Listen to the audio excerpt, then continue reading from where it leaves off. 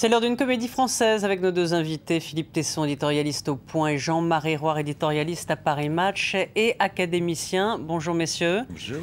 Et avec vous, bien sûr, on va parler de ce chamboule-tout de François Hollande qui finalement fait son petit ménage. Le triptyque, eh bien, l'Élysée, il change d'homme de secrétaire général, il change le patron du Parti socialiste et bien sûr, il a changé de Premier ministre, donc de gouvernement, même si dans le fond, il a pris les mêmes, et on recommence. Il a exfiltré donc Monsieur Harlem Désir du Parti socialiste, et comme Monsieur est puni, eh bien, on le nomme ministre, mais ça, on va en parler dans quelques instants. Je voulais avoir votre sentiment sur ce nouveau départ de quinquennat de François Hollande. Est-ce que voilà, c'est un nouveau départ pour François Hollande qui, lui, ne s'est pas remanié? Mais est-ce qu'au fond de lui, il s'est rendu compte qu'il s'était trompé pendant 2 ans pour tout changer? Moi, je ne crois pas. Moi, je ne crois pas qu'il se soit trompé, qu'il ait le sentiment de s'être trompé. Moi, je pense qu'il a le sentiment de toujours avoir été dans le bon sens, mais de ne pas avoir eu les moyens, de ne pas avoir été compris, de ne pas avoir eu la communication qui suivait, de ne pas avoir eu les instruments nécessaires. Aujourd'hui, il est lucide, puisqu'il change quand même tout autour de lui. Non, mais il change, mais vous remarquerez, il prend des gens comme Jean-Pierre Jouyet. La bonne nouvelle, au fond, c'est le secrétaire général, Jean-Pierre Jouyet, qui était un secrétaire d'État de Sarkozy, ce qui montre bien quand même qu'il y a une forme d'ouverture. On peut regretter qu'il n'y ait pas une ouverture plus large, qu'il n'y ait pas une ouverture, par exemple, à l'entreprise, qu'il n'y ait pas un grand chef d'entreprise, parce que il faut bien voir qu'on met l'entreprise au pinacle, mais au fond, il n'y a aucune compétence, que ce soit à l'Assemblée nationale ou que ce soit au gouvernement, ces gens-là sont complètement en dehors de l'entreprise. Et donc, ça, à mon avis, c'est Jean-Pierre Jouyet est un homme qui, donc, le nouveau secrétaire général de l'Élysée, qui connaît bien le monde de l'entreprise, le monde économique. Mais disons, c'est pas pour l'opinion, c'est pas un signal fort, comme on dit. De la société civile, vous êtes d'accord? À quoi ressemble pour vous ce Non, moi, je ne suis pas du tout d'accord avec Jean-Marie. Cet homme a gouverné la France pendant 2 ans avec un entêtement, une arrogance extraordinaire. Autour de lui et à l'extérieur, je pense notamment au jugement que la presse a porté sur lui, et non seulement la presse, mais des esprits distingués, des esprits forts, les élites. Donc, il a eu contre lui pendant 2 ans toutes les élites intellectuelles, morales, économiques, financières, même dans son propre camp. Il a connu des déboires, des désaveux très significatifs. Or, qu'est-ce qu'il fait aujourd'hui? Il tourne une page. Tourner une page, peut-être dans son fort, dans son intime, peut-être pense-t-il que c'est l'ensemble du monde, enfin l'ensemble du pays qui se trompe. Peut-être, mais en tout cas, l'aveu public est vraiment tout à fait éloquent.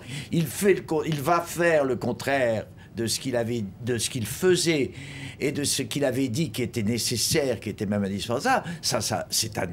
Il s'est trompé et il prend en compte, il prend en compte le désaveu public et il change de politique. Et il le fait encore en montrant les mêmes défauts qui sont les siens, avec la même arrogance. Pire qu'une arrogance, la manière dont il répudie les gens, comme j'adore ce mot, qu'il les exfiltre, comme vous dites, en plus ça, pour les promouvoir, c'est quand même le signe d'un mépris d'un mépris extraordinaire, le mépris des hommes, le mépris de la démocratie, le mépris de l'Europe. Mais ça, c'est la 5e République. Non, ce qui me frappe, c'est de voir à quel point on a fait un changement de gouvernement, et en fait, c'est un remaniement. C'est un remaniement, parce qu'au fond, il y a les mêmes ministres, il n'y a que 2 ministres, disons, qui ont changé.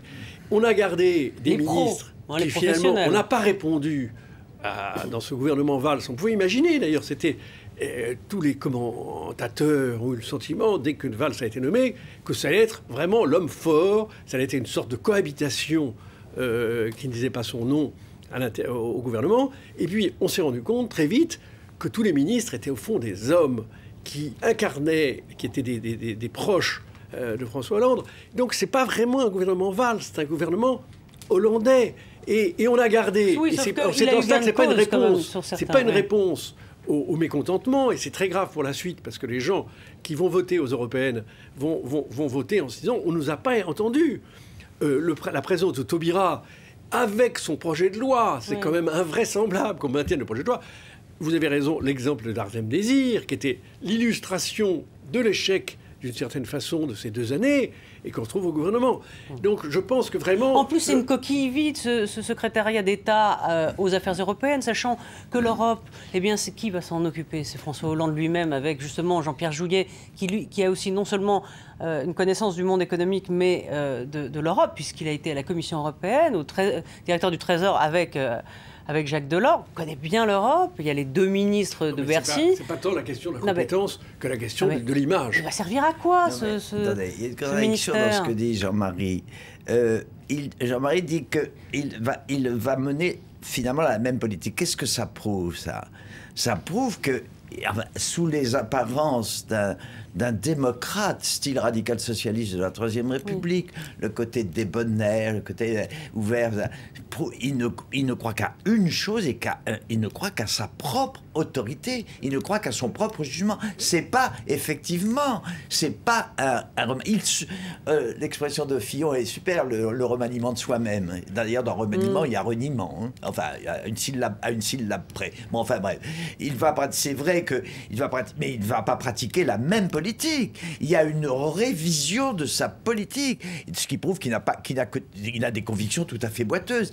Il va mener Tout au long de l'histoire, les hommes ont pu changer. Enfin, la politique, c'est aussi changer. De Gaulle, on peut dire que De Gaulle a un peu changé sa politique. Il ne va pas changer. Napoléon III a changé. Il y a eu l'empire autoritaire, libéral. Donc, non, mais les changements, c'est tenir compte aussi de l'évolution des choses. Il ne faut pas critiquer quelqu'un Mais non, il y a quand même une contradiction. Vous dites en même temps que c'est un remaniement de façade. Oui. Donc il y a une contradiction dans ce que vous dites. Non. Mais non, la politique va changer. La politique va changer, mais elle ne va pas changer par le truchement des hommes qui la font. Elle va changer par sa propre autorité, puisqu'il n'y a que sa propre autorité qui compte. Non, mais là, vous focalisez sur François Hollande. D'accord. Oui. C'est important, il est le président. Bien sûr, mais il a choisi quand même un Premier ministre qui est Manuel Valls, qui est quand même... Mais qui a les mains liées, ma chère Roselyne. Laissez-moi finir. Les maçons liés, il suffit de lire. Moi, j'ai relu cette semaine très attentivement le livre qu'il avait écrit il y a 8 ans, avec la définition d'une conviction, d'une politique, etc. Et je ne retrouve pas l'écho de ces convictions profondes dans le discours de mardi dernier. Attendez, Philippe, à l'époque, il parlait quand même de l'importance de la compétitivité, l'importance de la dette. Mais c'est d'une actualité frappante. Oui, mais enfin, vous allez voir ce qui va se passer. Il n'a pas les moyens de sa politique. Le problème est là, il n'a pas les moyens financiers de sa politique. Est-ce que, dans le fond, Manuel Valls n'est pas là aussi? Alors, même si vous avez raison, c'est le président de la République qui dicte la politique et qui donne le cap, et le Premier ministre qui l'exécute.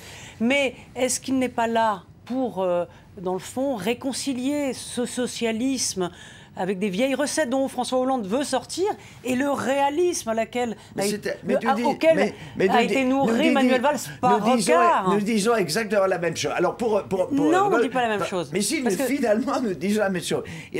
Alors, on se trouve dans une situation alternative. Qu'est-ce qui va se passer? Ou bien François Hollande et Manuel Valls ne font qu'un, et nous allons continuer comme par le passé, et ce sera l'enlisement. Ou bien Manuel Valls, alors c'est un peu votre thèse, il sera fidèle à ses convictions profondes, et il mènera sa propre politique, et à ce moment-là, il y aura un conflit avec François Hollande et une crise. C'est ça. Dans les 2 cas de figure, nous allons à un échec. Est-ce que tout peut venir dans l'histoire par la volonté d'un homme, Jean-Marie, vous qui connaissez bien l'histoire? Bien sûr. Est-ce qu'un homme donne une impulsion? Bien sûr, je crois que les hommes sont très importants, mais il faut encore que les conditions de leur action soient réunies. Et là, les conditions de l'action ne sont pas réunies. Donc vous dites la même chose que Philippe. Il y a une assemblée, mais nous disons tous la même chose. Il y a une assemblée, il y a des hommes choisis. Je trouve que l'ouverture, le changement de politique n'est pas manifeste. Alors, bien sûr, ça fait un appel d'air, ça fait de l'oxygène. On a l'impression, l'arrivée de Jean-Pierre Jouyet, l'arrivée de Manuel Valls. Bon, mais si on analyse bien les choses, on se dit que le maintien des ministres, on se dit qu'il n'y a pas vraiment oui, de volonté de changement. Là, on a le nez écrasé sous la lucarne. Est-ce que s'il ne faut pas regarder, c'est que peut-être dans le fond, François Hollande, sans vouloir jouer l'avocat du diable, mais il est en train de démarxiser les idées socialistes, c'est-à-dire, voilà, de faire entrer le socialisme dans la mondialisation. Il essaie, mais pourquoi ne l'a-t-il pas fait? Si c'était son but, il avait l'état de grâce au départ, dès le départ. Il fallait qu'il donne le là de sa politique, qu'il dise voilà, attention, il nous reste 3 ans. Qui tienne un discours churchillien en disant il y a une crise extrêmement grave. Il y avait le prétexte de la crise. Il y a une crise extrêmement grave. Maintenant, c'est fini. Les vieilles idées archaïques du Parti socialiste. Nous allons rentrer dans les réalités. Est-ce qu'on peut pas lui rendre grâce de ça? À la Schröder ou à la Blair, mais il a fallu le dire dès le départ, parce qu'il a laissé le malentendu s'insinuer, et il a justifié, maintenant tous les gens qui lui sont opposés, qui lui disent maintenant qu'ils le mettent en face de sa contradiction. Voilà, alors nous arrivons. Donc c'est une grave erreur. Le mot important, c'est le mot de réalité. C'est la réalité qui va gouverner dans les 3 ans qui viennent. Et qu'est-ce que c'est que cette réalité? C'est premièrement une absence de moyens financiers propres à ce que soit inscrit dans les faits l'intention, qui est une intention honorable. Premièrement, la réalité économique et financière de la France. Il n'y a pas d'argent, on est au bord de la faillite, et on ne va même pas trouver les 50 milliards d'économies annoncées, alors que ça n'est pas 50 milliards, c'est 80 ou 100 milliards qu'il faudrait. Premièrement, la réalité économique. Deuxièmement, la réalité européenne, c'est-à-dire les contraintes européennes. L'Europe va commencer à se fâcher, d'ailleurs. Attendez, si vous permettez. Et troisièmement, la réalité politique. La réalité politique française, c'est-à-dire un peuple qui est extrêmement mécontent, et surtout une majorité qui va les piéger, plus ou moins, un jour. L'Europe, la réalité financière et la majorité parlementaire, ce sont 3 obstacles qui empêcheront Manuel Valls d'arriver à son objectif. Vous pouvez dire quel est l'intérêt d'avoir maintenu Mme Taubira et son projet de loi, qui est le contraire parce qu'elle veut boucler sa réforme. Allez, c'est fini. C'est une très grave erreur. C'est au-delà de la politique économique. Ça s'appelle la Comédie Française. Le titre de l'émission est formidable. Nous sommes en plein dedans, 3e acte. Et la Comédie Française, voilà, la semaine prochaine, parce que la Comédie Française ne meurt jamais. Merci.